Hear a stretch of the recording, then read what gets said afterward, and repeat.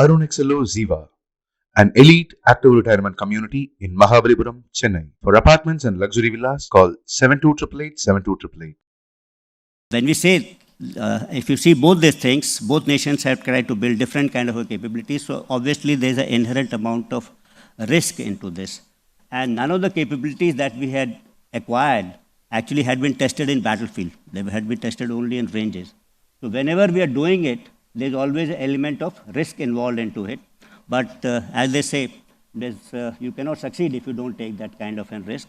We knew a little bit that we have a better counter-drone systems, etc. in our country. We have loiter ammunitions. He may not have that kind of a capability, but there's an element of risk into it.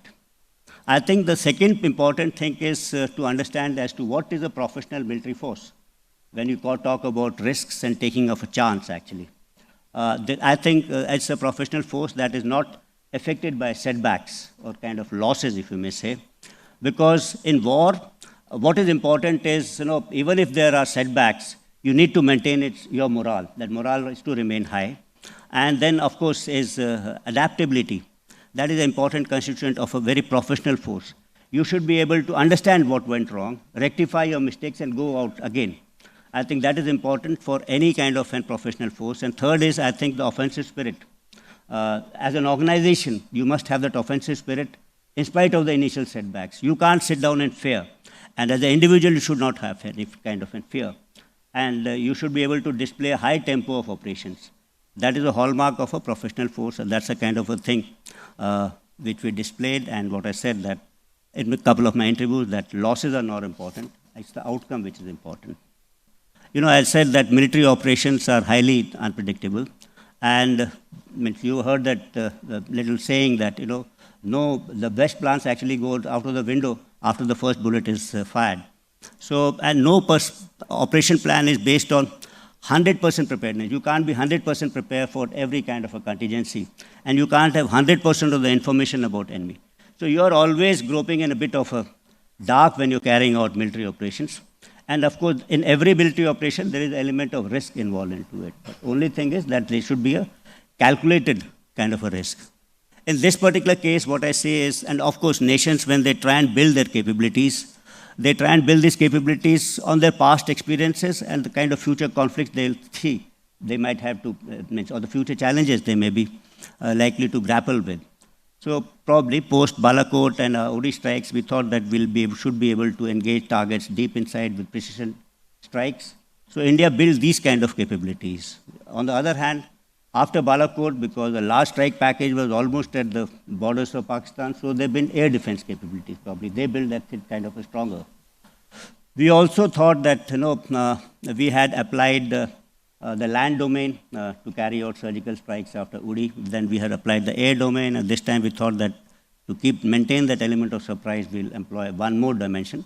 That's in the air domain only, but slightly led by using loiter ammunitions and drones, etc., to carry out precision strikes.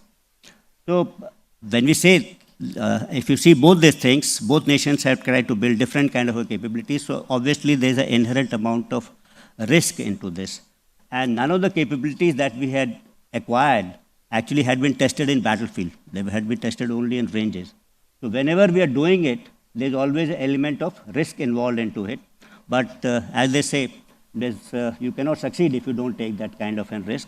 We knew a little bit that we have a better counter-drone systems, etc. in our country. We have loiter ammunitions. He may not have that kind of a capability, but there's an element of risk into it. India's weapon systems, not for any other ranges, but very, very deliberate precision strikes.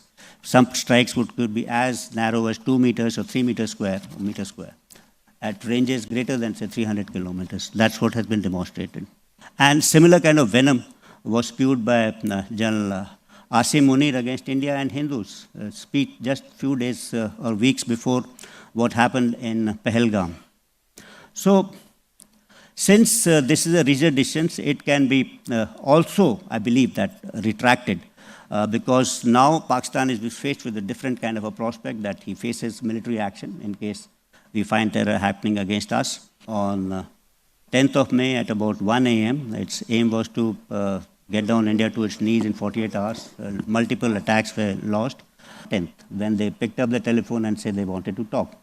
And I think that the rationale behind this the realization coming in, stem from two facts. That one is they must have assumed that if they continued this mode, they're likely to lose much more.